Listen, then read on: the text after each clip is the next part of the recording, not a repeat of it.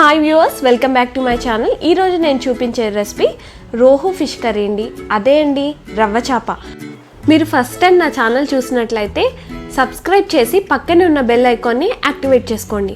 మీకు ఒకవేళ ఈ రెసిపీ నచ్చినట్లయితే లైక్ చేసి షేర్ చేసి తప్పకుండా మీ ఫ్రెండ్స్తో షేర్ చేసుకోండి. నేను ఇచ్చే టిప్స్ అండ్ ట్రిక్స్ ఫాలో అవుతూ చేయండి, మీకు కూడా ఇదే విధంగా కుదురుతుంది. టిప్ నెంబర్ 1, చేపల పులుసు చేయడానికి ఎప్పుడు వెడల్పాటి గిన్నెని తీసుకోవాలి. నేను ఇక్కడ 5 టేబుల్ స్పూన్ ఆయిల్ వేసుకున్నాను. చేపల పులుసుకి ఎప్పుడు ఆయిల్ అనేది ఎక్కువగానే పడుతుంది. ఆయిల్ వేడవగానే 1 టీ స్పూన్ జీలకర్ర వేసుకోండి. జీలకర్ర ఎంత వేగితే ఫ్లేవర్ అంతా బాగుంటుంది. ఇప్పుడు ముందుగా కట్ చేసుకున్న 2 మీడియం సైజ్ ఉల్లిపాయలను వేసుకోండి. ఆనియన్స్ కొద్దిగా వేగగానే 1 టేబుల్ స్పూన్ అల్లం వెల్లుల్లి పేస్ట్ వేసుకుని పచ్చి వాసన పోయేదాకా వేయించండి. ఇప్పుడు 1/8 టీ స్పూన్ పసుపు, అలాగే 1 టేబుల్ స్పూన్ కారం వేసుకోండి. టిప్ నెంబర్ 2, కారం పసుపు ఎప్పుడు ఆయిల్లోనే వేసుకోవాలి. ఇలా వేసుకోవడం వల్ల ఫ్లేవర్ బాగుంటుంది, ఇంకోటి కలర్ అనేది బాగా వస్తుంది.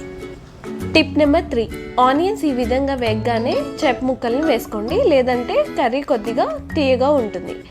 నేను ఇక్కడ చేప ముక్కల్ని పెరుగు, పసుపు, కొద్దిగా గల్లులుప్పు వేసి బాగా శుభ్రంగా కడిగి వేసుకుంటున్నాను. టిప్ నెంబర్ 4, పెరుగు పసుపు వేయడం వల్ల చేపల్లో నీసు వాసన అనేది పోతుంది. నెంబర్ 5, చేప ముక్కలు ఎప్పుడు గరిటతో తిప్పకూడదండి. ఎప్పుడు ఈ విధంగా గిన్నెని ఇలా తిప్పుకుంటూ ఉండాలి.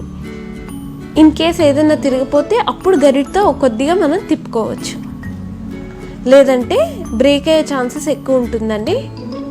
ఇప్పుడు 3 నిమ్మకాయ సైజ్ అంత చింతపండుని ముందుగానే వేడి నీళ్ళలో నానబెట్టి వేసుకుంటున్నానండి. టిప్ నెంబర్ 6 వచ్చేసి చింతపండు గుజ్జు అనేది కరెక్ట్గా వేసుకోవాలండి. ఎక్కువైనా తక్కువైనా టేస్ట్ అనేది బాగోదు. ఇప్పుడు ఇందులో 3 కప్పులు వాటర్, 1 టీ స్పూన్ ఉప్పుని వేసుకోండి. ఉప్పుని ఇప్పుడే సరి చూసుకోండి.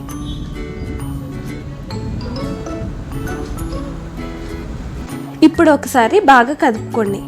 ఇలా కలపడం వల్ల ఉప్పు పులుసు అనేది బాగా ముక్కలకి పడుతుంది.